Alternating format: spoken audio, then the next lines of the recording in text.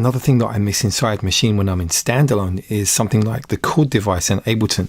See, the ability to create a chord from one pad and trigger that. And so I've had this idea. I just want to see if I can get the same scope, but with a slightly different approach. So this is going to be a little bit of a discovery. I've got a funny feeling it's going to work. Now, what I've done already is I've bounced out an organ at C3, and I'm going to create an instrument with that mapped across. Let me just show you the beat that I've got. So what I want to do is I want to get a nice chord, this kind of organ stab that I'm going to play on top. So the starting point, here's the organ. And what I'm going to do is I'm going to set this up on this group here. But what I'm going to do is I'm going to open up the view where we've got the samples, and we're going to go to zone. My theory is that I can drag this on across the complete span, and I can do this several times, and each actual zone is then going to be tuned independently. So much the same way as the chord device is separating the notes in semitones, I'm going to do the same thing here, but with the zones. I'm going to drag this over. I'm going to make it span right across the keyboard here. Need to check my root key. This is going to be C3, so that's going to be correct. And now this is going to play. Let me just switch my pad mode. So that's good. Now, at the moment, you can hear that it's playing to the very end. So what we need to do, take it out of sampling, and we need to go to the sound. Let's take each individual note down to a polyphony of 1. I'm going to switch it over to the envelope ADSR. That's working nicely. Going to reduce the release. So that's good. Now I need to get the same thing going on, and just going to come back over here to sampling. This is literally one sample mapped right across the keyboard, and that's at the normal pitch. So let's do the same again. You see down here we've got the ability to do plus. I'm going to drag this down, I'm going to put it into that slot, and we've got this another one layered on top. The root key is C3. So look, let's do the same again. So we've got here 2 together. Let's do another one. Let's do another one. So that's feeling like it's going to work. Let's just have a look here. So we need to go to each individual one and tune these differently. Now I'm going to test my theory now by just taking the tuning here. Right, that's not working. So what I need to do is to see if this idea is going to work. I'm going to see if there's another way to tune. Here we go, look. Right, so down here, if we say this one plus 3, wicked. So the concept is going to work. The original note is going to be the original pitch, and then we're going to start working through this. Now, I've pre-prepared something inside Ableton Live, and that's this chord device.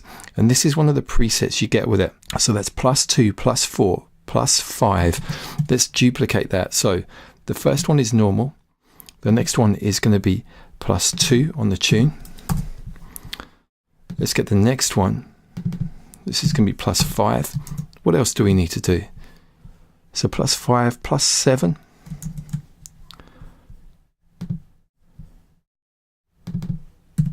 Let's have a listen to that. That's sounding really good. And actually, do you know what? I don't need this one. I'm just going to delete that.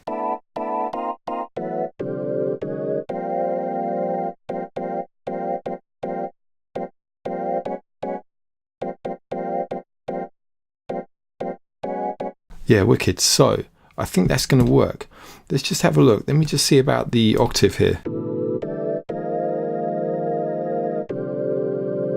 Now, of course, bear in mind the sound's not going to play forever because it's going to run out of sample. I'm going to show you here if we take a look. Let's take a look at the actual samples themselves, and you can see here they're running for a particular duration.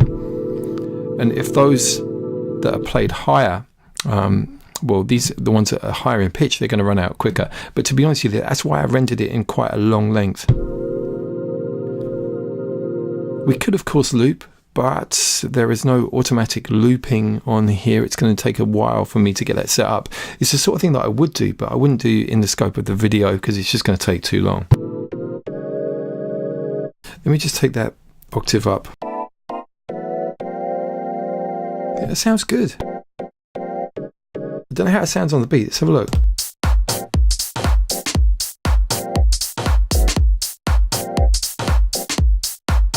Let me just adjust the volume of the group.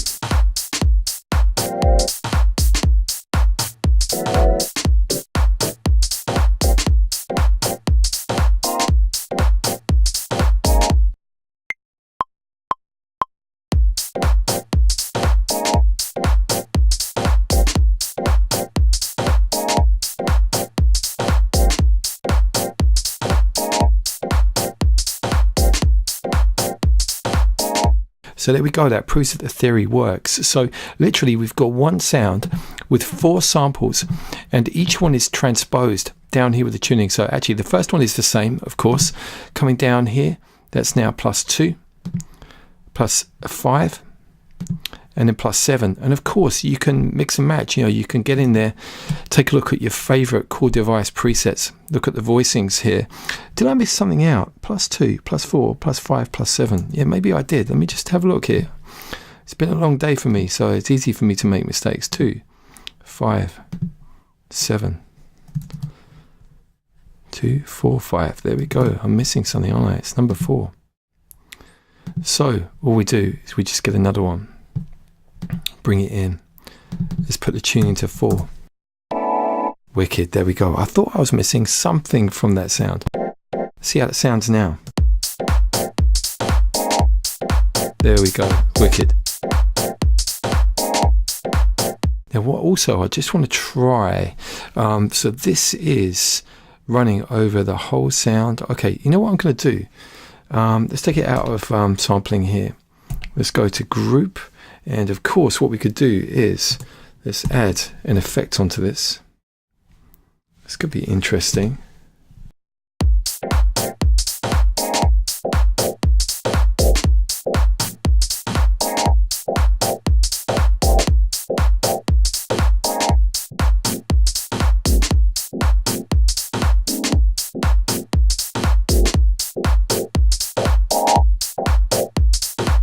Yeah, wicked. So look, that's the concept, all right? So you get a C3. I'll tell you what I'll do.